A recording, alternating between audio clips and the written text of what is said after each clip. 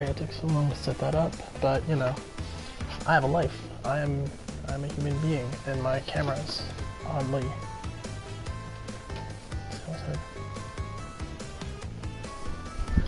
There we go. So let's get started. I don't even remember where I left off. Oh my god, it's been so long. I think I'm on at the end of the third warp room. I think. We're gonna find out in a sec. I know after I beat him, I was going through all the gyms in order. Yeah, okay. So actually, I beat the third one on the fourth one. Yeah. Right. Yes, I'm doing them all one by one. Alright, let's do Crash.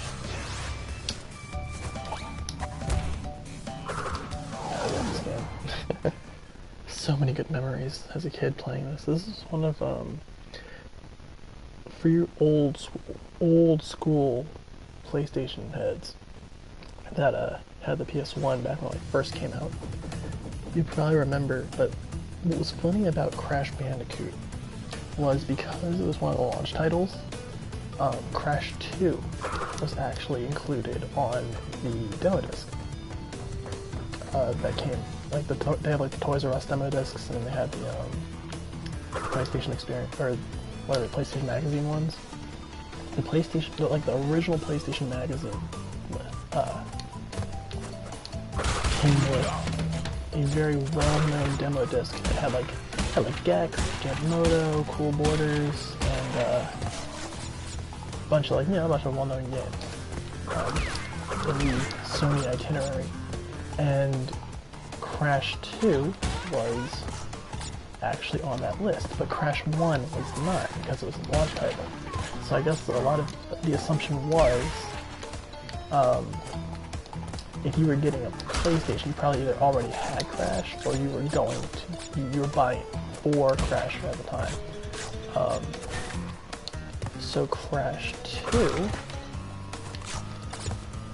was the one they promoted instead, which was definitely a flashier, more interesting, more impressive looking game, by far. Yeah, I did the classic Sonic the Hedgehog, Mega Man kind of thing, where they added secondary jump abilities and slides and all that good stuff, but they also just visually it was a lot more impressive. The graphics were a lot nicer. They had a more animation to the characters. I guess it just had more soul. And what I love about these remakes is they really captured that,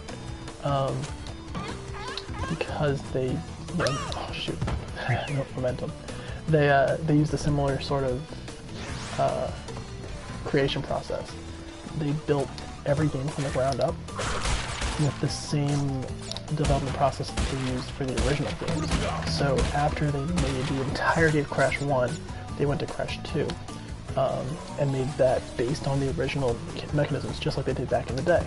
And it shows because they, it really feels like Crash 2 in the Insane Trilogy is just a refined version of Crash 1, just like Crash, with more in it, obviously.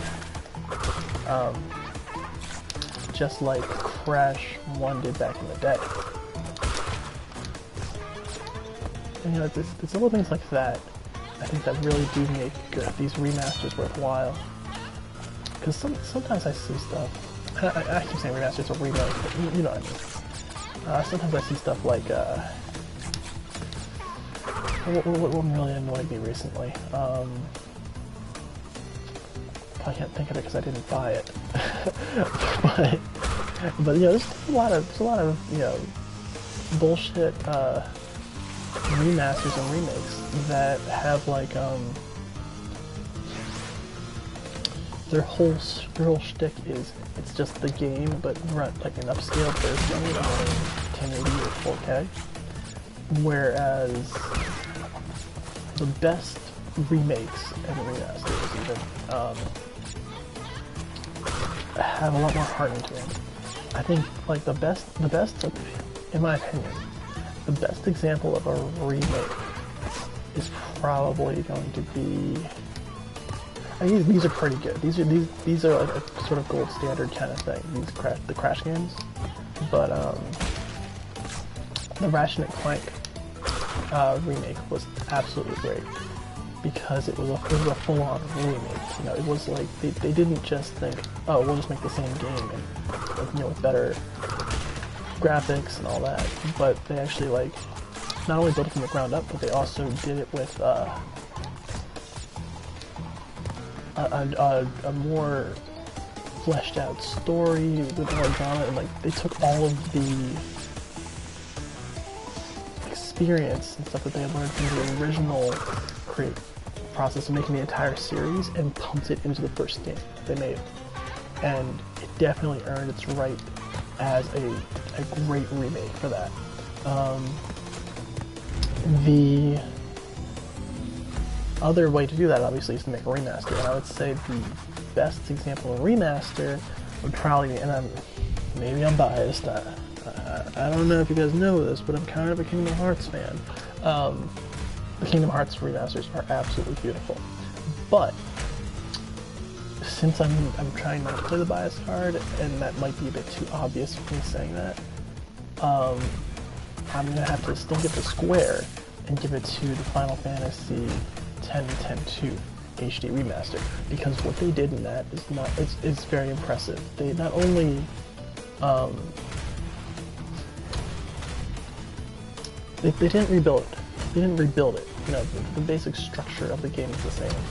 But what they did was they took that and they redid all of the models for the characters in the game, just so they looked a little more impressive. You know, they looked better on screen. And then they took it and they put it on portable.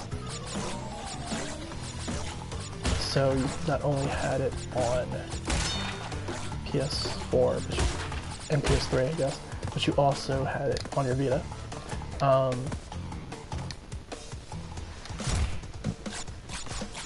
And then they redid all the music, like every single track in the game was recreated.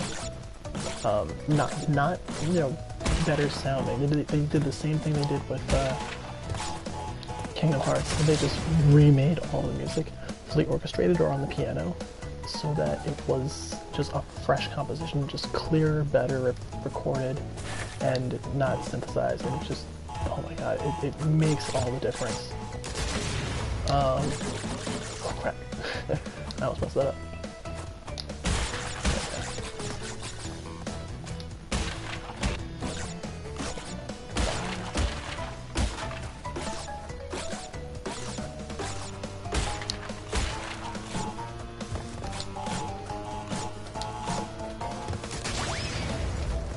Okay, sorry, I had to focus for a sec. Yeah, so yeah, they remastered all the music as well, and made it fresh and clean and delicious. And they added they didn't just make, you know, the version they got in the States. They actually went back and they got the international versions of both games. The one that was released in, I think, Japan, Europe, and maybe it was Oceania, you know, New Zealand and Australia and all that. I think. I don't really remember where else, but it never came out in the States. So it was cool to get that. Because there's a lot of really cool missions and items and bosses and stuff in the first Final Fantasy X, or that it was in the international version of Final Fantasy X that wasn't in the original release in America. And then in X-2 it was really cool, and this is like one of the selling points for X-2 that I think a lot of people miss if they don't get the remasters, is that they used the same battle system in X-2 that they ended up using in 13-2 as well, in terms of building your party, where you would have your base characters, but you also would have a third character that would come in almost like a pet system, where they'd be based off of either people you beat past or battles or whatever, and you could use them in your party. And it didn't. Oh right, I forgot. There's one of those. I'm so comfortable like doing it not in one life. I have to restart it. And the cool thing about that was in 13.2 and in 10.2 International, that extends to non-monster characters. So like, one of my favorites is like one of the first characters you get in your party that isn't Yuna, Riku, or Pain is Riku's brother. And he just like sits there and dances the whole time, and he just has these silly moves. But if you level him up, he gets crazy powerful. And then yeah, there's other characters like that. Like you can get like Nuge, and I think there's Gipple, the Albed nations leader. You know, this Lulu. Or no, not Lulu. What's her name? I forget her name. Oh my god. The chick from one with the green robes that kept summoning crap. Anyway, she's in there, and you know, there's a bunch of other side characters that you can end up getting in your party, and it makes it more interesting because they all have different movesets and stuff. And you can treat them, aside from this, they can't use dress spheres, obviously, but they can do a lot of the things that monsters can, which gives them a pretty large range of magic and general abilities and attacks and things. Plus, it also, the way they level it is you can actually put some really powerful monsters. Like on my party in the game, I think I have like a few party save files. One's like an Iron Giant and Riku, and that's it. And then, oh crap. Another one is it's a behemoth and brother, and then I think it's Pain as a samurai, and it's just like you can be so creative with it that it just makes it it just adds to the experience. And in addition to that, they also did all of the things that they did with 10.1 in terms of remastering it. So just remastering games, I've got nothing against it. I just think you have to do it right. You know, this upscaling the game and making it like run at 60 frames isn't enough, because 60 frames should be a standard this day and age. If you run at 30 frames, I'm fine with it. I'm an animator. I understand why 30 frames is perfectly content, and I'm not gonna sit here and say that like 60 frames is absolutely necessary. I think it's great. It looks cool. It's cool to have that kind of realistic fidelity in some games, but I also think in some games it's unnecessary. Kingdom Hearts 2. 2.5 on the PS3. Love it. Absolutely love it. Now, obviously, I'm going to be streaming Kingdom Hearts to when I get there, because I'm going to do the whole series. I do it on the PS4, so it will be running 60 frames per second. But that doesn't mean anything to me, because other than, I guess, a brand new experience, because the no, I played it on the PS2, I played it on the PS3, and both times it was stabilized at 30 frames. Now the interesting thing about the PS3 one is, and this happened with Kingdom Hearts 1 as well, if you kind of just let the processing speed of the PlayStation 3 catch up with itself, that game can run 60 frames per second. And you realize sometimes that like it actually will consistently hold on to it. Like, I don't know, just the way I game, sometimes I would like leave my PlayStation on for just hours. Like I'd go eat, do some like, go to work, whatever. My god, this this is gonna be annoying. Doing this in one shot's not as easy as I thought it was gonna be. You know, it becomes a process of trial and error with this game. And I didn't comment on this last time, but I remember this one point where I was stuck on Ruination's bonus round for like a solid hour and a half. It's just how it is. This game's very particular. I kind of love it though. It adds a bit of difficulty that wasn't there back in the day. And I want that, because I want to have a fresh experience. Which I guess, you know, that's actually directly to my point with Kingdom Hearts 2 as well.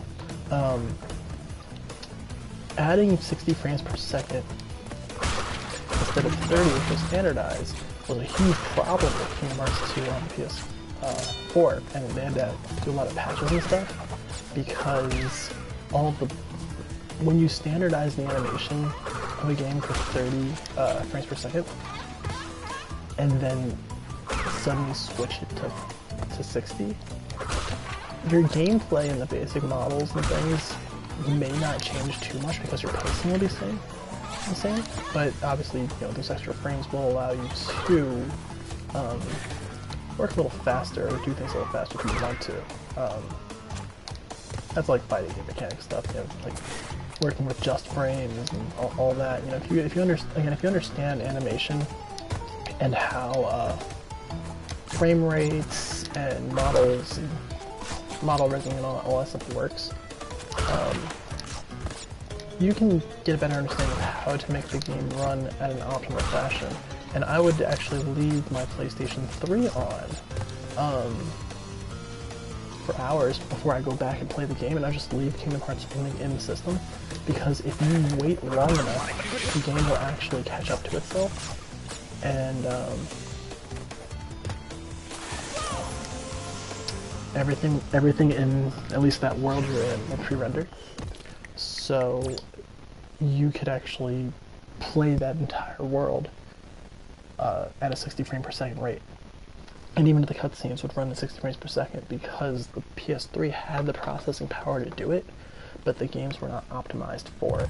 So it never thought it had to do that. It actually would put a bunch more energy in for the graphical fidelity and just make sure there's no lag at all. So it would like optimize 30 and then go to 50 if that, you know, if the process wasn't too clunky. And the PS4 does the same thing, but the difference is 60 is the standard. So if it drops it just to 30, you can still play the games pretty fairly comfortable, and it's not a big deal.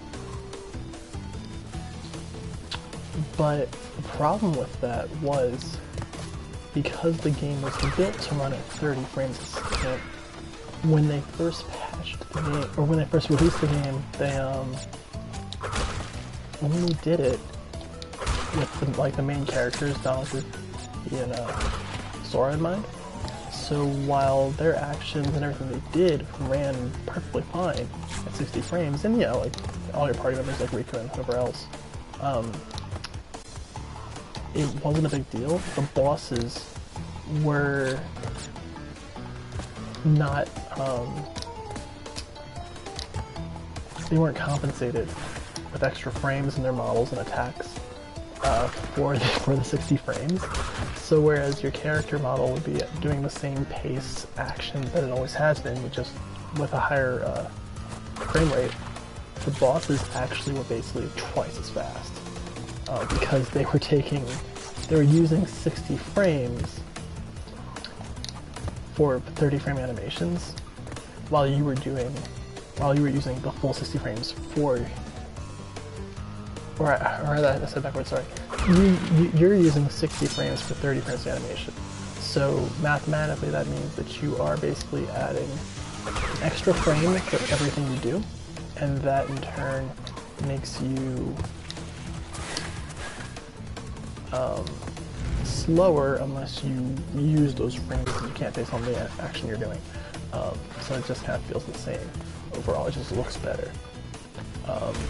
But the bosses and the enemies and everything in the game weren't built that way. So what they were doing, oh my god, what they were doing is basically taking the 60 frames and condensing that, like their action, into the first 30 frames. So that meant that for every frame that you had to wait, for every action you did that had to take, go from those one standard frame to now 2 frames, the enemy you were fighting now had only had to take 1 frame for every two frames you had. So if you were doing, say, here's an example. Say you're shooting for a rocket, and this is like a basic. I don't even know if this is really accurate. I probably, if I wanted to do the math in my head, but you're shooting for a rocket. That's a fun. Or actually, in Kingdom Hearts 2, it's a sort of an AOE fireball kind of round attack. So you're using Pyraga. That takes, that's like 2 seconds, right? That's like a 2-second animation. It goes around you in a loop, whatever, you attack the enemy, whatever, right? You use that attack, and in Kingdom Hearts 2 Vanilla, and technically in Kingdom Hearts 2 for PS3, it is running at 30 frames per second. Or, because, so yeah, it's running 30 frames per second, so a 2-second animation is doing about, 60 frames of animation, in a second, or in 2 seconds. Now, it's expected that if a monster, I guess, like, say, I don't know, who uses fire? Like, one of those spear guys, I guess, from Mulan stage, have, they do the spinning spear thing. The big centaur guys, I forget their name right now. But if you are fighting them and they have a similar sort of pattern, well, I think theirs lasts a little longer. But for the sake of the example, let's say that their attack. I have crash dash, don't I? Yeah, I should be using that. For the sake of the argument, yeah, let's say that their attack is a 2-frame or a 2-second attack. So that means that in the exact amount of time it takes you to use Firaga, which is actually, I think, one of their weaknesses, they can do their attack, and one of you's hitting. It negates. You're basically one of you's gonna hit, and it's whoever did it first. So if you were like a few frames ahead, then there you go. You hit them first. But if they started before you, there's a chance that your Firaga is gonna be canceled out because it'll be secondary attack. The alternative would be if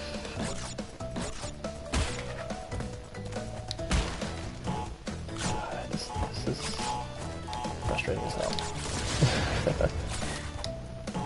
Yeah, so the alternative would be if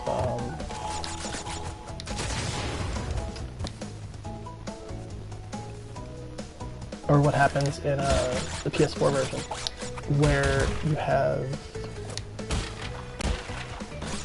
you have 60 frames per second.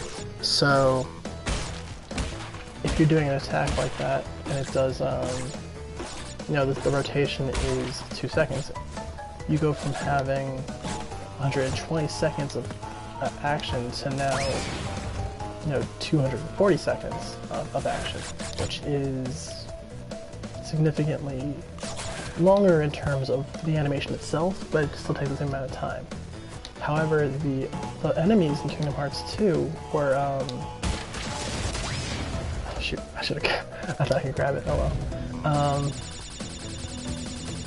They were programmed with the intention of not being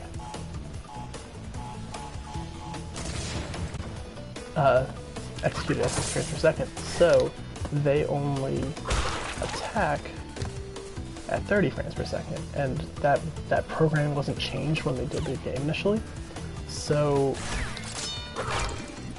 you would be going in there with like, you know, your 2-second Firaga rotation, and you'd have to deal with 240 seconds of animation, or 240 frames of animation per your 2 seconds, whereas those enemies who even have a 2-second animation for their attack were only taking 160 frames, or 120 frames still, because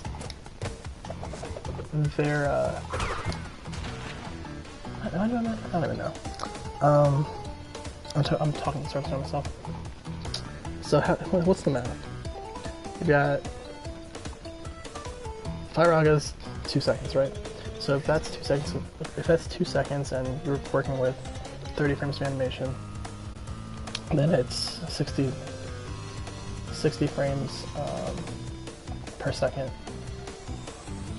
or 60 frames per 2 seconds. So you can do 60 frames total for your 2 seconds of animation. When you change it to 60 frames per second, what they do is they basically just double it. So the character looks like he's got more animation, but it's just the follow through because it's a 3D model. So there's not actually anything you're doing different, it just looks cleaner. I made it this not my job. I thought I wasn't gonna make it.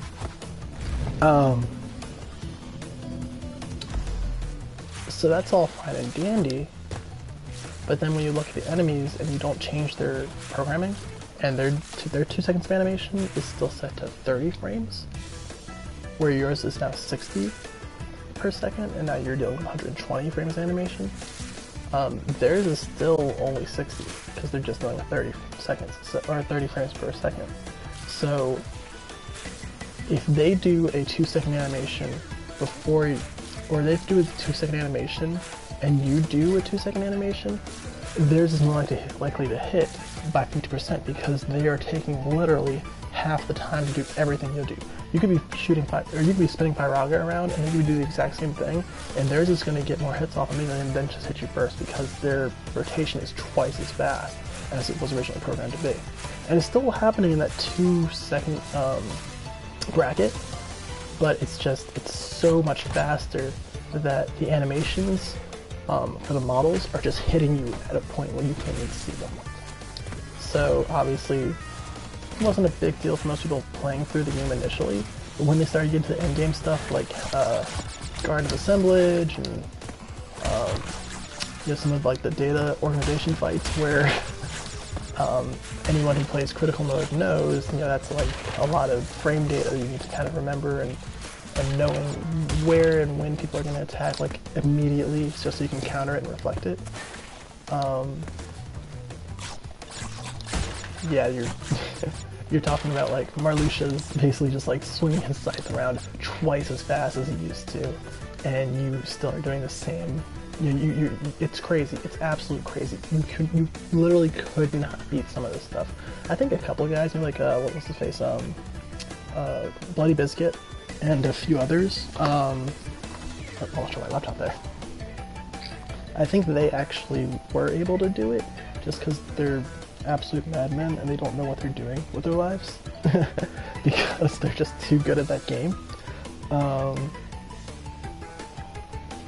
But you know, the average Joe, and even like the seasoned player like me, there's no way you can do it. It was a physical impossibility because the human eye can't even, like, or the human mind can't compensate for that kind of speed, and the game isn't built to actually do it.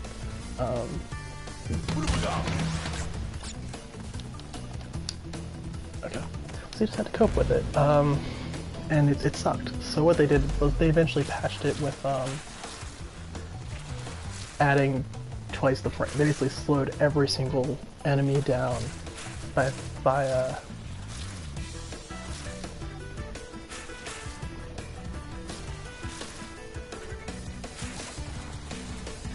yeah, they basically took everybody's animation to 200% or 50%, and then left all of, you know, your main characters like Sora I don't know if Dominic and Goofy were working one way or the other, but I'm pretty sure Sora, obviously Sora, stayed the same way.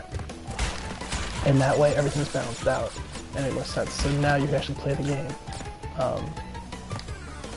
So that was a very long, mathematically dumb, because it took me like an hour to say it, way of me explaining that if you make a game and you remaster it and you remake it or remaster it, remake it, whatever, it's better for you to actually just rebuild the game from scratch, obviously, but because that allows you just to build everything in the same interface. But in terms of a really good remaster, I would say that games like Kingdom Hearts, for instance, are a good way to go about it, because they at least they get everything right. They get everything right in terms of what people want in a remaster. But you also have to take into account that there's a couple things that you may forget were built initially in that way for a reason back in the day. So you can't take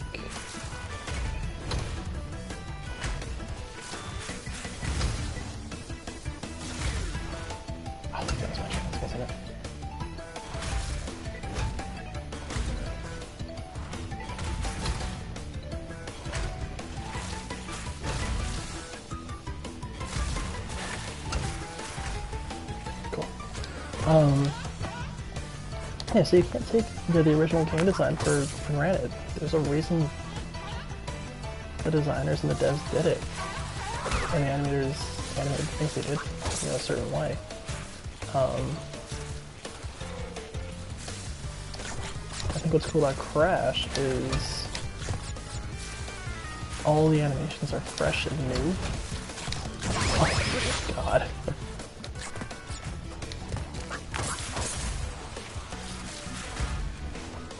So you don't have to worry about... Oh my god.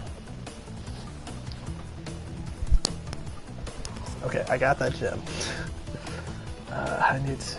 I'm gonna have to play it again. Get the other one. Because that steel box, there was one box that I couldn't get, so I have to go back and... damn it. Sneaky, sneaky. I'll at least cash this gem in.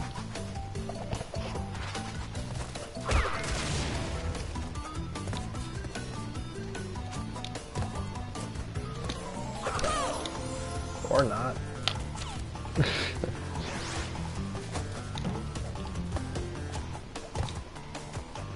Actually, please consider I didn't die that much.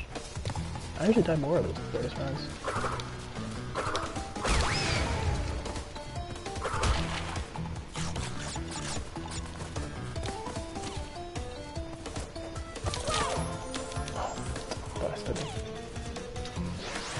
Too slow.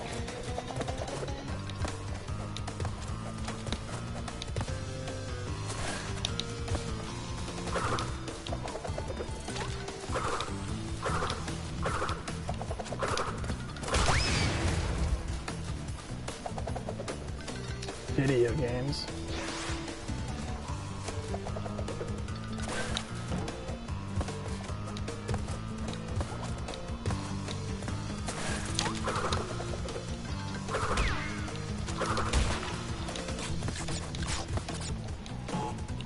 So anyone who watches this, thank you for indulging me on that like half an hour rant on the animation quality of Kingdom Hearts and Square Enix's lack of foresight in their patches. Because that was a really stupid discussion that I actually enjoyed having.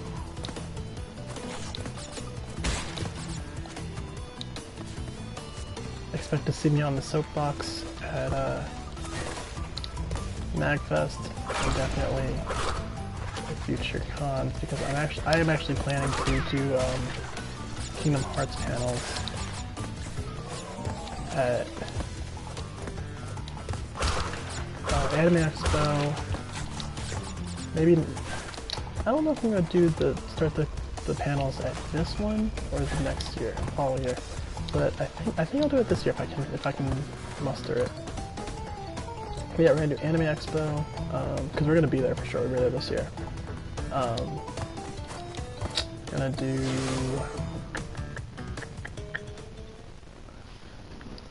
Otakon.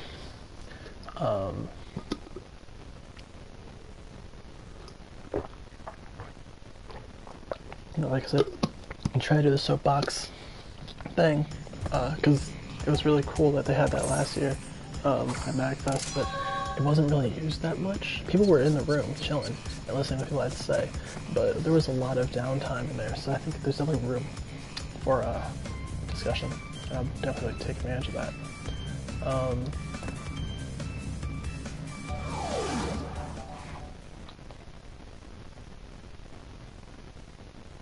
I guess KatsuCon? Still on the fence with Katsu, just because I don't know. We're going to Japan. I'm going to be in Japan for most of February.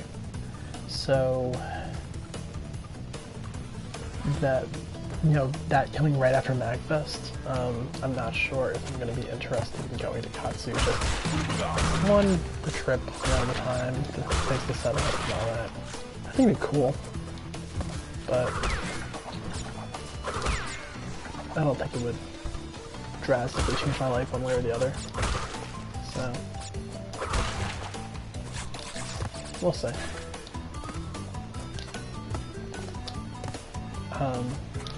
ZenkaiCon, J1Con, there's a bunch of other conventions I'm interested in doing that.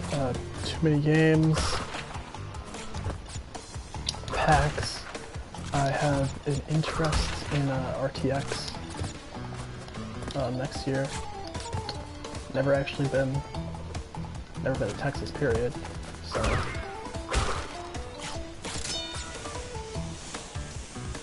but you know, I used to I have peeps. I have peeps down there, and the guys at Rooster Teeth have always been very kind-hearted souls. Most of you probably don't know this, but I was friends with Montione, so obviously, like, I had wanted to go back when he was still around, rest in peace, so, yeah. But, I never got that opportunity, and I only got to really hang out with him when he was over on the East Coast, so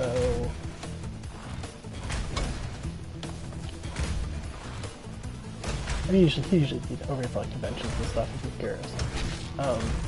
Oh crap, I was too close. I thought I had some room.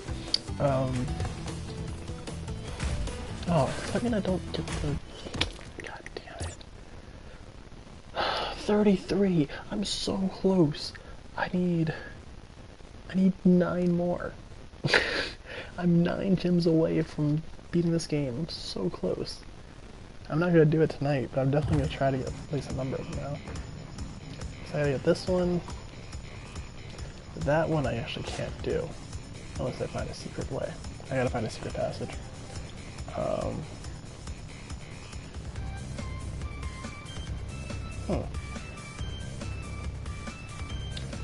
Where is that secret passage? I don't remember. It's been a while. That's the one I don't remember. I remember all the other ones. Because I got all the other ones. I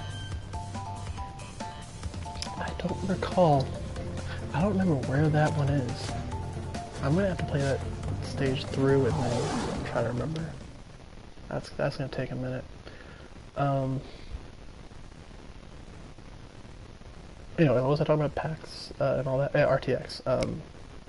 Yeah, never been to RTX. Definitely want to go though, because between all of the good things I've heard, between you know, Monty saying good things back when he worked for him, when he was doing Red vs. Blue, and then, you know, obviously Ruby. What my friend Nico says, because she's met the past few times. I know my friend Ash is like super she's super in love with Rooster Teeth. Like it's almost criminal. No shame in it. I mean, like I said, as far as I'm aware, they're great. I keep them I keep on top of like what they're up to in terms of their projects and stuff, because I'm like that, and I like to know what other independent studios are doing, because I'm self-aware.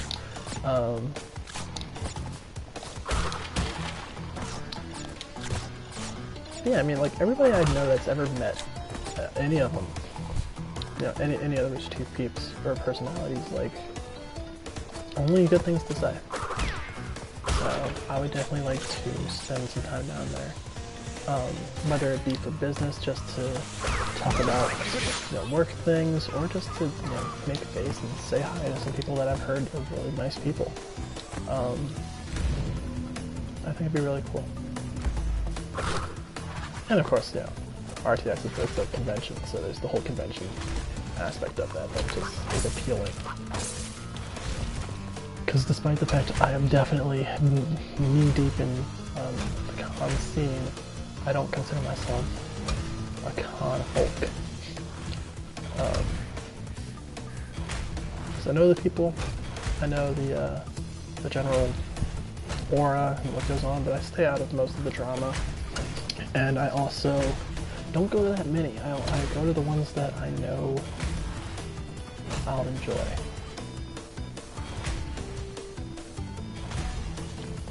And proximity is everything for me. So like, for instance, RTX I've never been because it's so different and far away, right?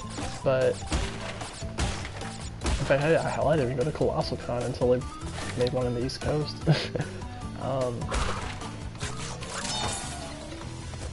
The trip down there was, or the trip up there was a bit too far for me to commit to with my schedule and everything. Screw up, just get the boxes, right?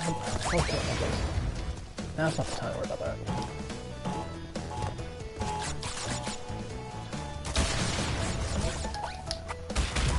But yeah, definitely, I've been going to Otakon forever. Otakon was my first con. I didn't go last year because they moved it to DC, and I'm not big on the whole DC thing. But definitely might go next year, just to check it out. I have a couple friends that actually work for Otacorp. One in particular who's been working with them for several years. I keep saying that the new convention center is so beautiful in DC, and it's definitely worth checking out. So maybe I will. These guys help me out a little more, because even Baltimore was like the only reason I went to Baltimore was because of Otacon's legacy, not because I just enjoy going to Baltimore. The few friends that I have in Baltimore don't even live there anymore. they've already moved other places, either closer or farther. So.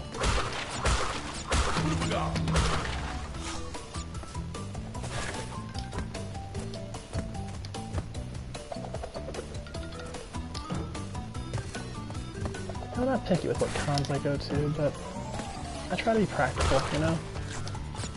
I think it's important.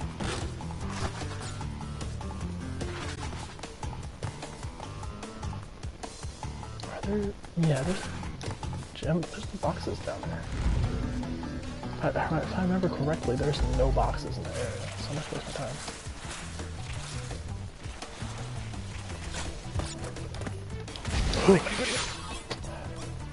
I needed that up for that coaster. I definitely needed it.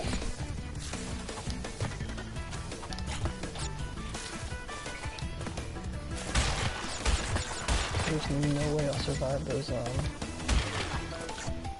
nitros at the end.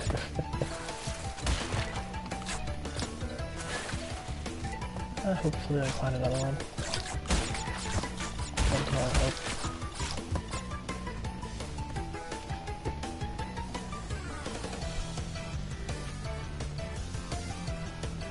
hope. There's... I'll stop at one. Well, I'll stop when I feel like stopping. I'm getting to that point. And I haven't watched Dragon Ball Super yet.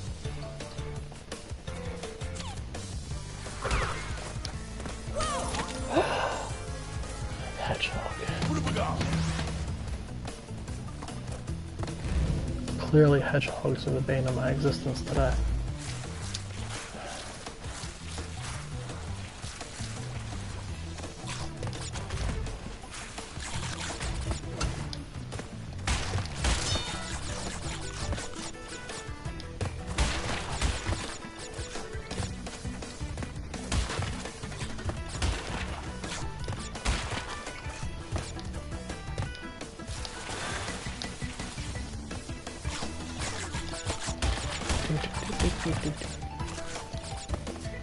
Now here's an interesting thing.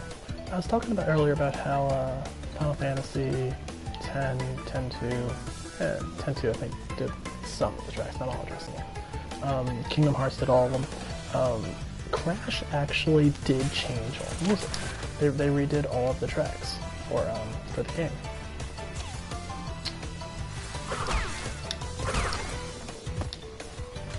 But what's interesting about that is when they did it, they actually only changed. They didn't only change the instrumentation and like the fidelity of the sound. They actually changed the very composition, and they used synths and stuff. So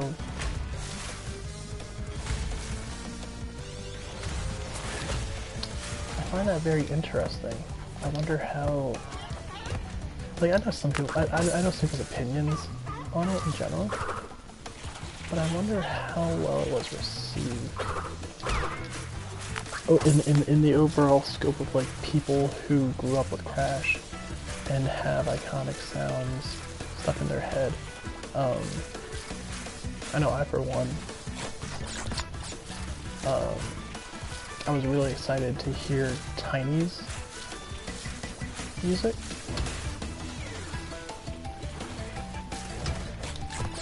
And when I finally got to Titan, it sounded really good. I'm content with the job they did with that. See, that always happens. I'm content with the job they did. I think it sounds great. I think every track sounds great. But what was it? Sewer Later, the Eel Deal, those sewer stages. That song.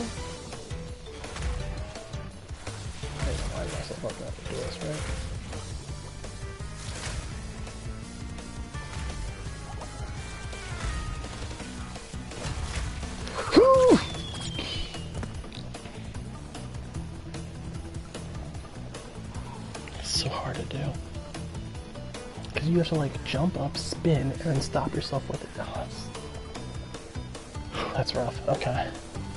That's difficult. Oh, I could have killed myself. I could have killed myself before I got the checkpoint. Hold on.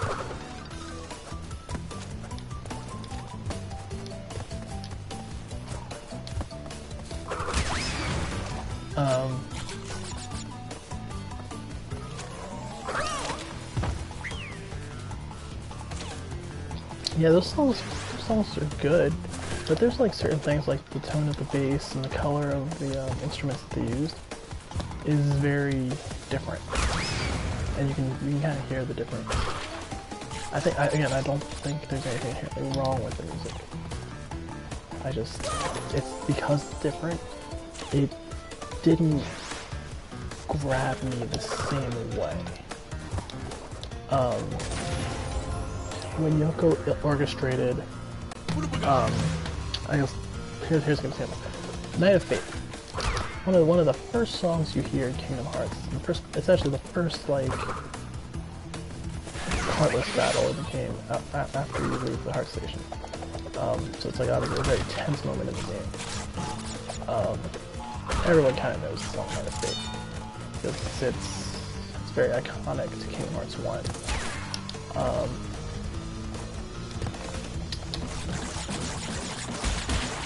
It's almost like the Dustin Allen's battle theme. How iconic it is. When you hear Night of Fate in the original, it's a good song, but you can tell that it's crunched. That the audio fidelity is like kind of weak. It's not all that impressive. Oh, this isn't Crash 3. I'm turning out a spin. What am I doing? And then of course the Smash gameplay. The audio fidelity is not that great, whatever. It's kind of a well-known fact, right? But then you hear the orchestrated version of it, and it's absolutely beautiful. Not only can you tell it's the same song, but every instrument's clear, crisp, and that partially just comes from the fact that it's live music versus synthesized music. But you know what? Even better example, one that everybody knows and pointed out. The theme song for Pirates of the Caribbean has always been an orchestrated theme. And in Kingdom Hearts 2, the synthesized version of it, in the vanilla version, was pretty bad. It was pretty terrible. But when they remastered all the music, they did it completely orchestrated. And it was wonderful, it was beautiful. It's just like John Williams himself about it, because Yoko knows what she's doing. So that is. Did I say John Williams? I mean Hans Zimmer. Sorry. It was like Hans Zimmer did himself, and Yoko, being a professional composer, is very much capable of creating that same sort of energy. So it wasn't difficult for her to do that. I remember the family boxes. I don't know. I never remember. It's tricky with this stage. I'm gonna skip because I just want to get some more done. I'm sure there's other stages I can do before I'll come back to this.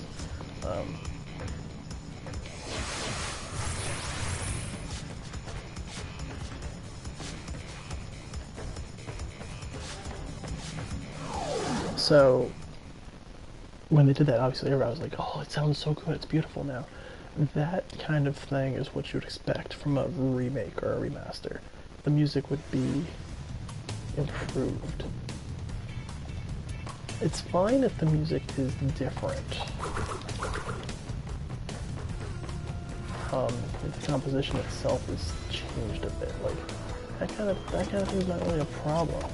There's nothing inherently wrong with that. But the problem comes from when you do that to a game, and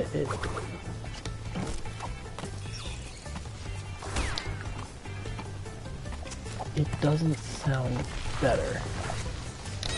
It just sounds like another song. You always want to make everything better. The fidelity of the music in this game is decent. It sounds good. The music is good, like I said. But is it better than the original? I mean, the original music was amazing. And the fidelity was really high, too. It's not like people were missing out or anything. So the question is it better? I don't know. I honestly, I can't say. I don't... As a gamer, it definitely, the experience fits well. I think the music's appropriate. I definitely enjoy it. I have no problems with it. No qualms whatsoever as a gamer. But as a fellow musician, as a composer, someone who understands audio and music and how vibrations work on the body, I have questions as to why they chose certain instruments and chose to not use certain bass tones and things that were there in the original that enhanced the experience in it. Oh, I should slide. That enhanced the experience in the original, you know? And it might sound, I don't know, to the average person, maybe that sounds a bit arbitrary. Maybe it sounds, elitist. I don't know. But I think it really matters. People shouldn't take, people definitely should not take sound design and the quality of music in a game for granted, because it helps immerse you into the environment itself. These things matter.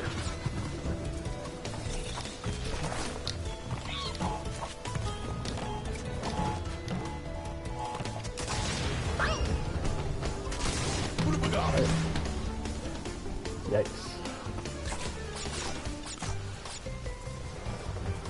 I'm gonna lose all my lives. Eh, just as well. I did get a gem.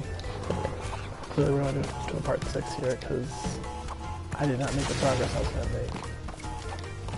I'm going to do like 7 hours video, I think. I'm not giving myself enough time to do it tonight.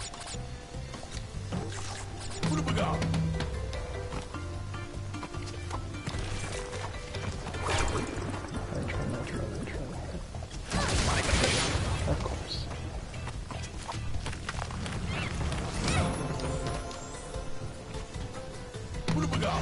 Green gem.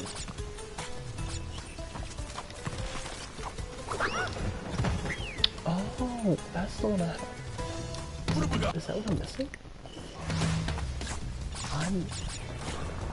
I'm missing the clear gem from the green path. I don't know about boxes. Okay. I didn't remember that. I can get that shit. Yeah, no problem. As good as God.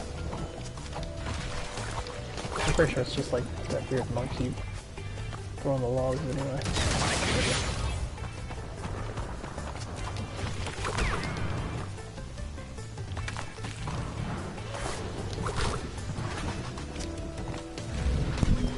Yep.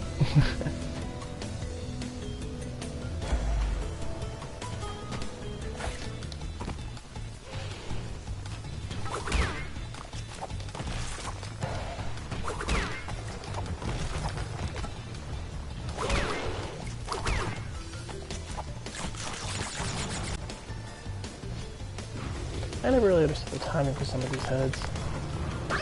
Oh crap. That was not too hard. That was me just being an idiot. I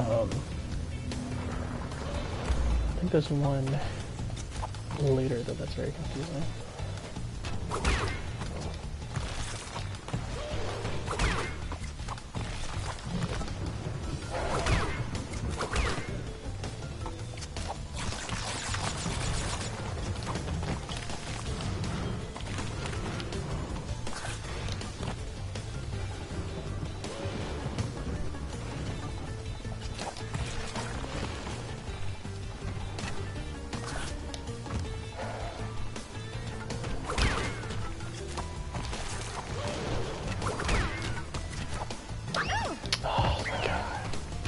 That's my last life, wasn't it? Game over. I thought that's another really cool little touch. I like how up until like was Crash 1, Crash 2, like he's all like darked out and all that. But if you beat Crash 2 and you started following Crash 3 and you find out who Uka Uka is, then Crash 1 and 2, like he's just like you can see him fully. You know exactly who he is. They don't even hide anymore. I think it's cool. Yeah, let's give one more shot. Why not? I know I can do it. Give me a few more tries.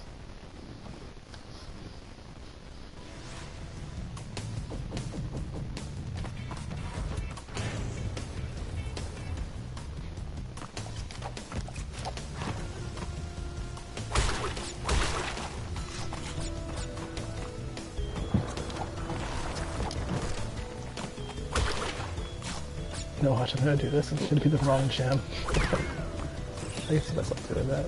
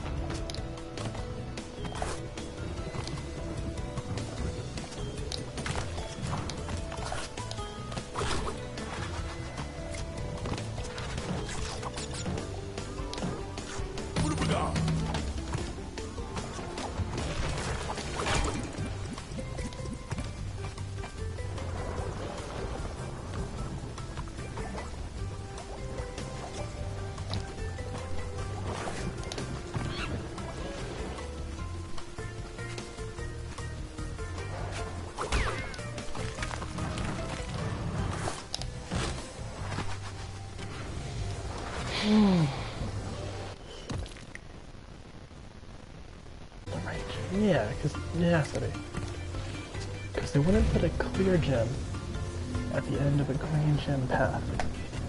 And there's no boxes on this path, so it's gotta be a gym. It's gotta be. Plus, don't you get like I can get like the pink gem here. So I don't know. Almost soon enough, don't we?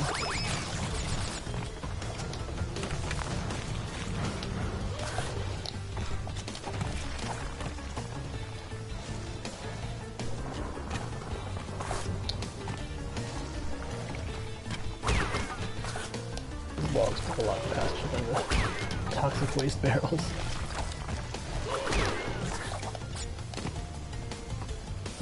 This crap. And back in the day, this always messed me up a lot. In every game they were in. In this game, in Crash 1, I forget if they were in Crash 3, but if they were, yeah.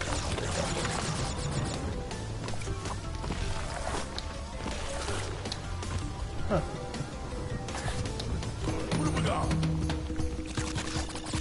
I don't know if that's the best thing I have right now, but yeah, maybe it is.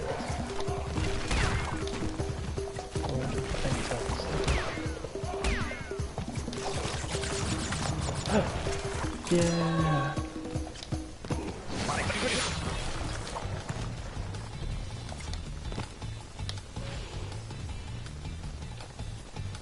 Mission accomplished.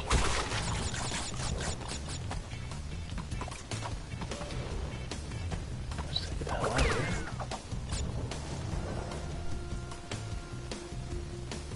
Oh no. What have we got?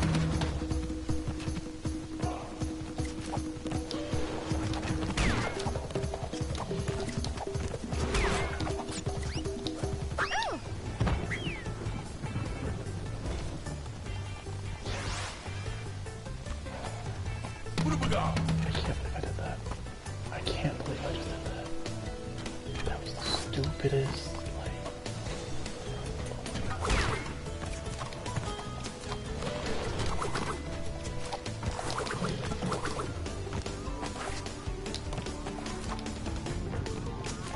Okay, I did it.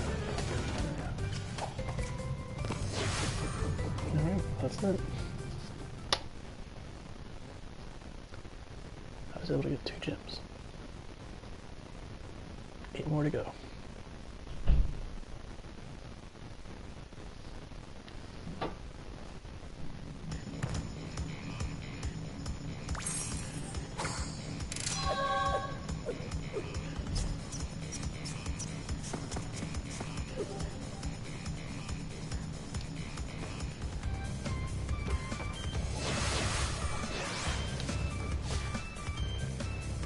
I need cold hard crash.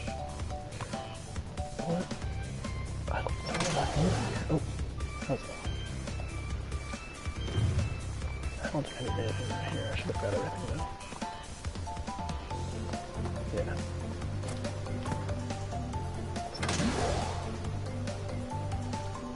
So cold hard crash, which I know what I have to do. It's just a pain in the ass. Pistol in the way. Night fight. Spaced out. 1, 2, 3, 4, 5, 6. Wait, 1, 2, 3, 4, 5.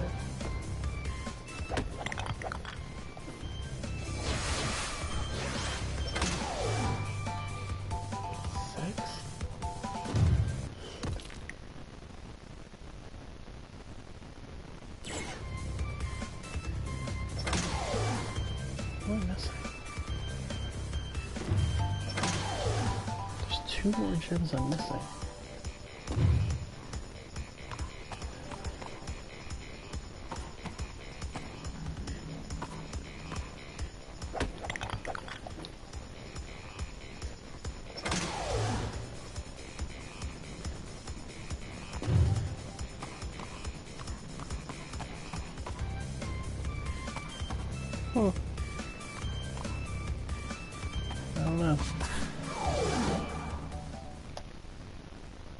just gonna do a relic run.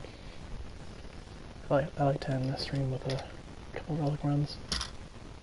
And I still have like 8 minutes to work with here.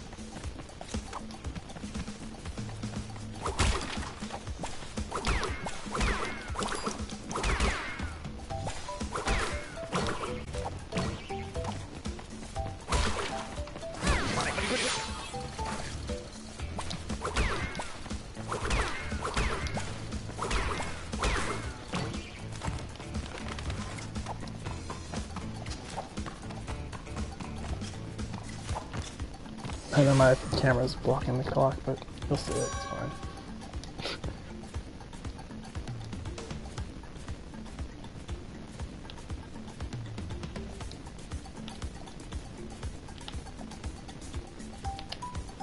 And soda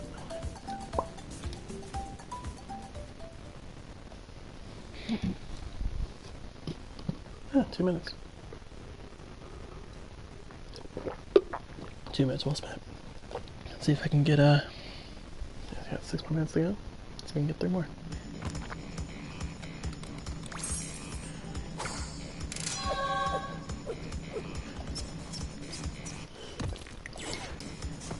Relic and Crash Dash seems kind of irrelevant.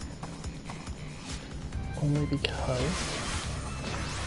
your pace is kind of set by the boulder. And when you have the actual Crash Dash, it seems like, yeah, it's kind of irrelevant.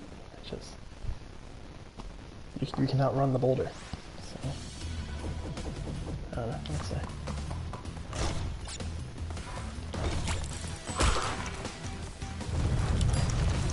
Maybe for that reason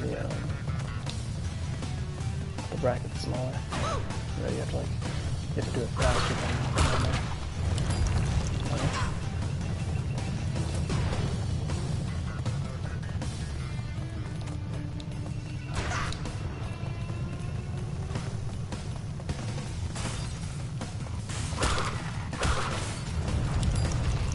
I heard rumors that there's going to be another PlayStation All-Stars game.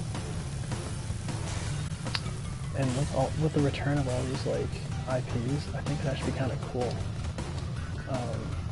to give it another shot. My only hope is that if they do it, to get Spike right, because Spike's attacks and everything were cool, but his model was trashed. Spike from Ape Escape, mind you. But he looked atrocious. And that's a sin against humanity, because that game is too good and too infamous to be disrespected like that.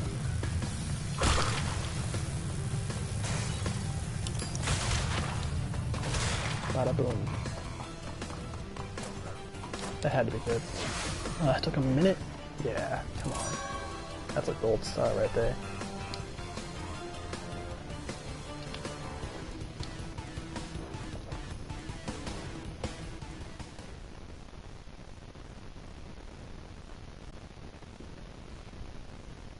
Oh, 4 minutes to go. Can I get 2 more relics? Let's go, 2 more relics.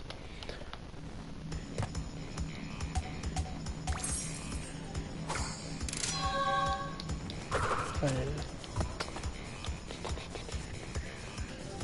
Push the like dance. Yeah.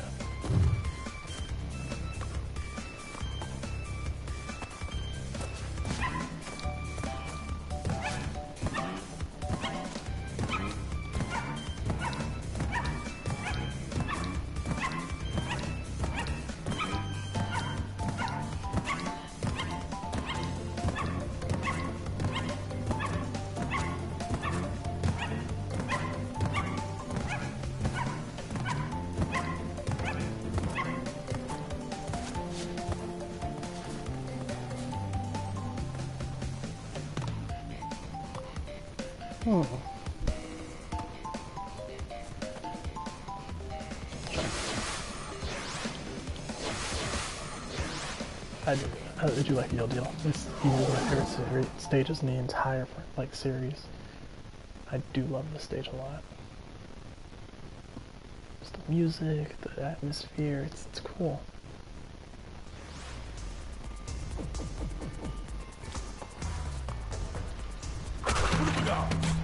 That's it.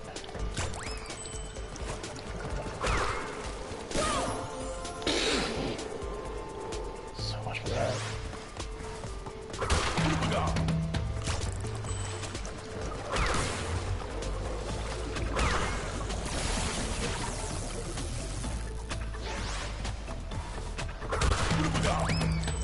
Oh, I didn't realize the clock would get rid of your Kwaku. I didn't notice that.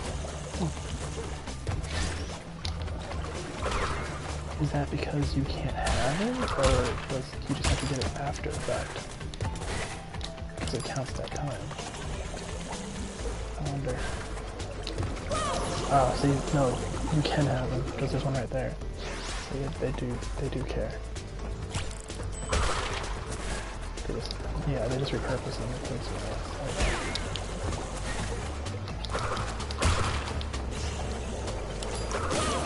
Ooh, I am killing time.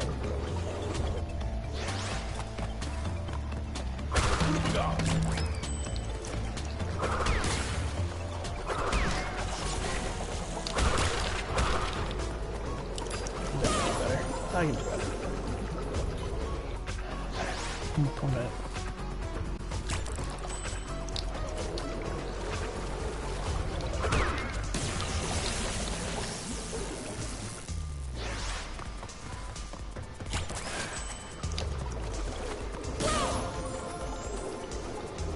Power through.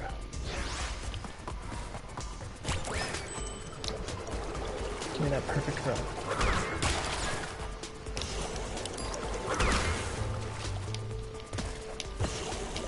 Yeah, that wasn't perfect. I fell in the water, but close enough.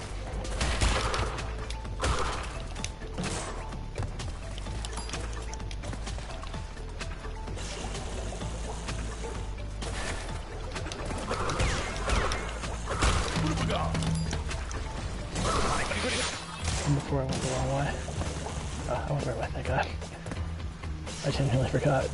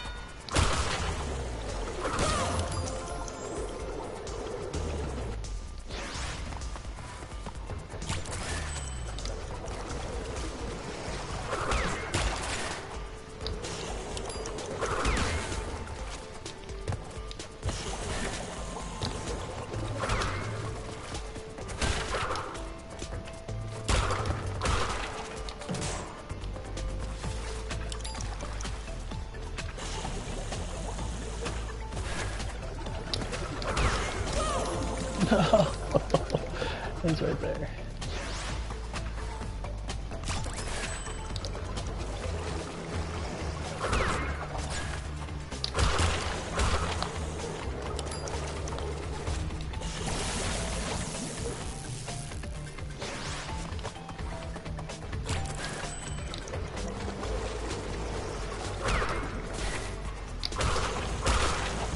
I see that there are tons of jumps.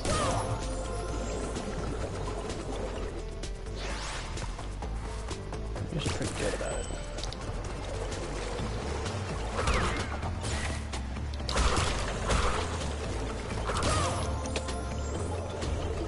Doing that. You're right, I should really just run straight. No, not that.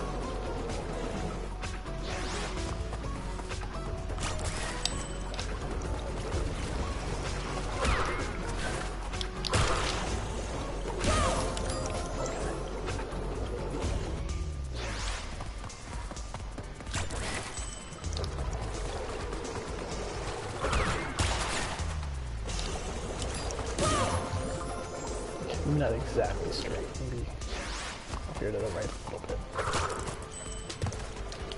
Here to the right. No, not on that. Left, right, right. Left.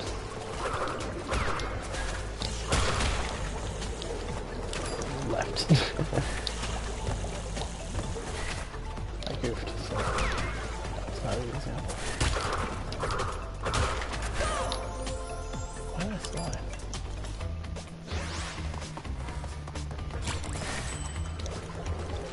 Left. Left. Two left.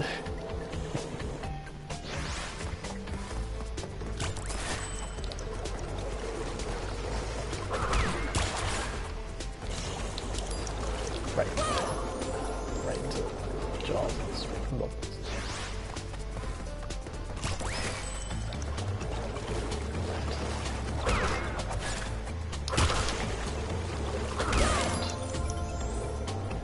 Ooh, that's hard.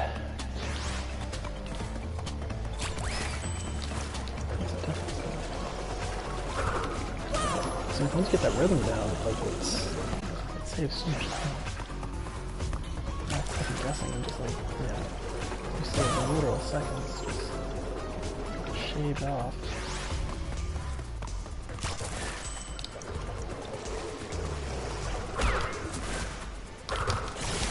Ooh, I didn't make that console.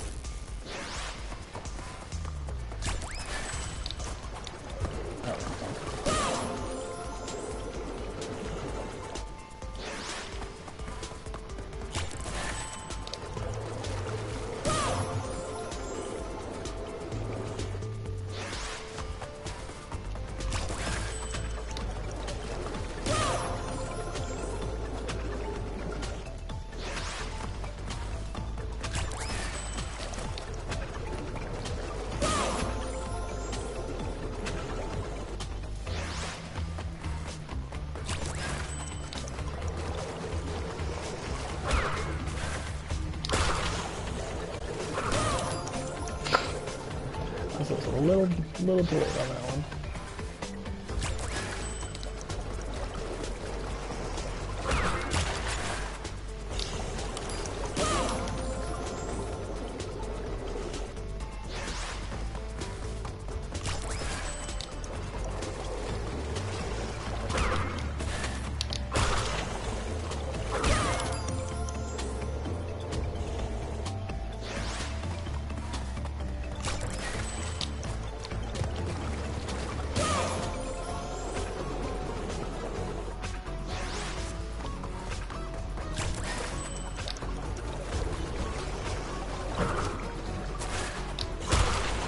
That was kind of weird.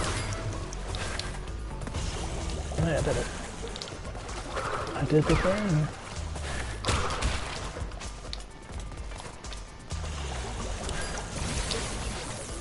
And then I just threw it all away.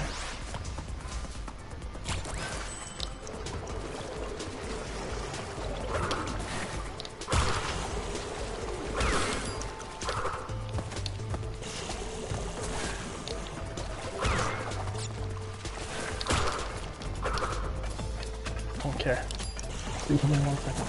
Does not matter.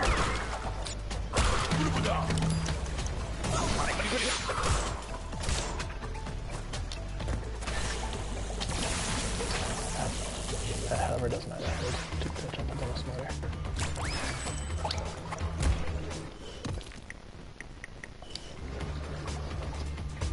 That's all.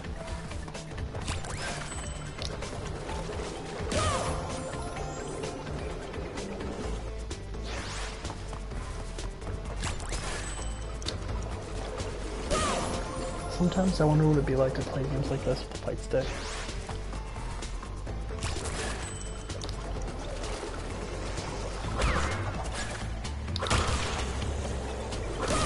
I'm sure there's like guys that do it, you know, guys that mainly like just FGC all day, like that's all they do.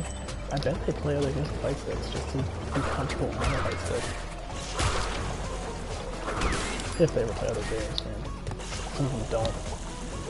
Fighting games are life.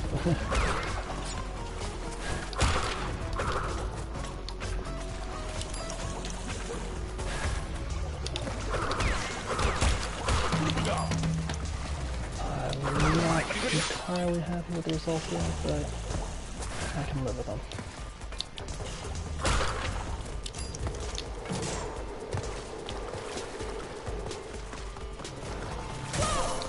I can't live with that though. Especially considering I went the wrong way. God damn it.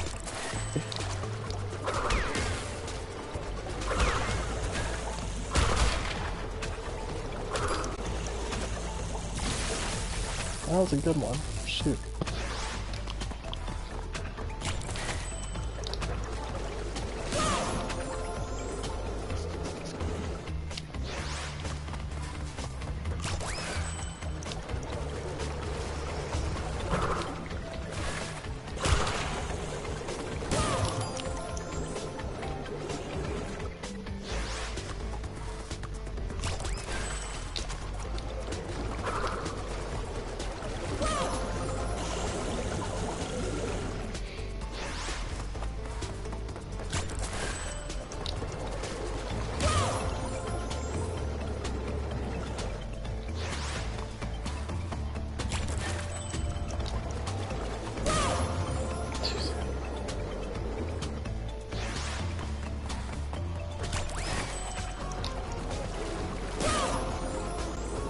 Only there was an easier way to take care of these things.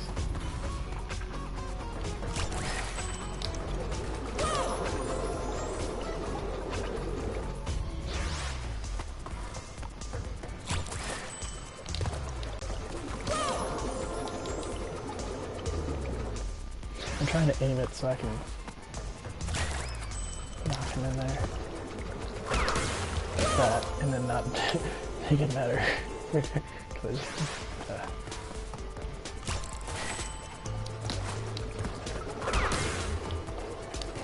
Yeah, that's what I was trying to do. Didn't really work for the first couple times, but that's what I was trying to do.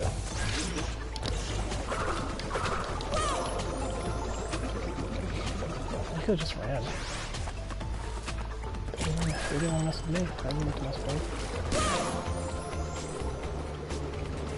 I didn't realize he was here.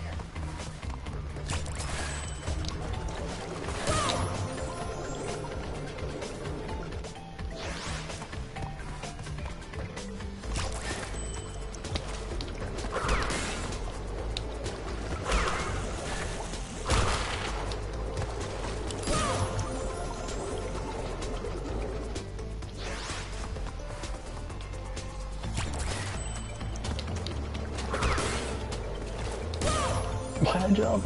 I could have just ran straight.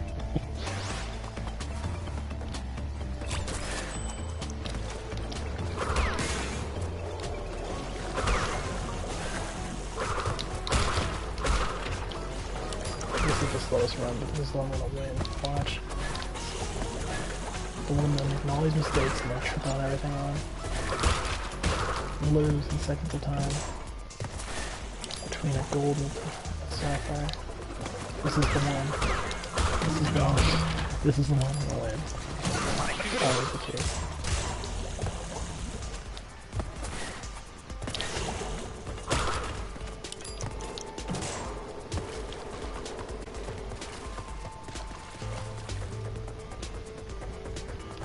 Maybe that was the right way. Huh.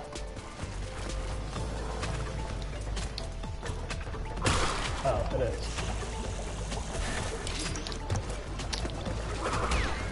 Damn it. Oh, thank God. I was really not happy with that run. So. I would have taken it. If I had won, I would have taken it. But the fact that I didn't win.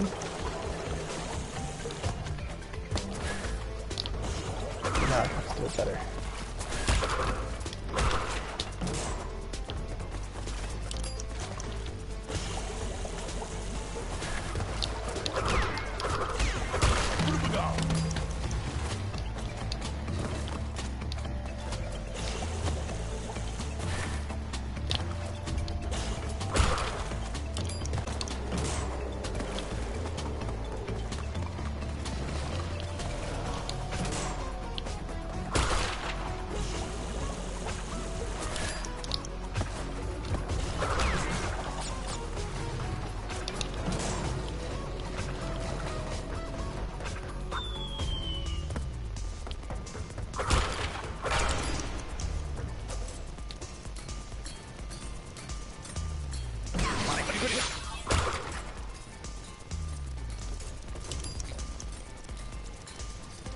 I know what you're thinking, why risk it? Time. I'm actually doing really good right now, so I feel like it's worth it.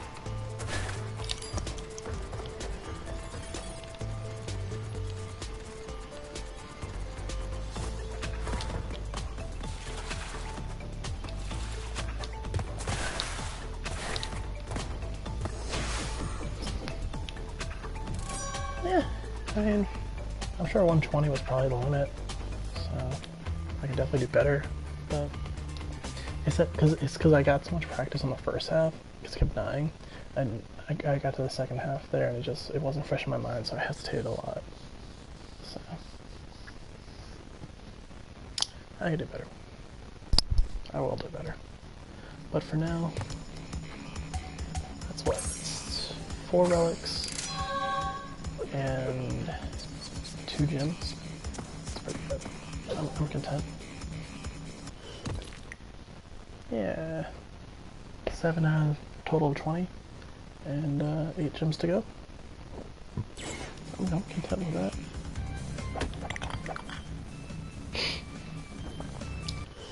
Alright.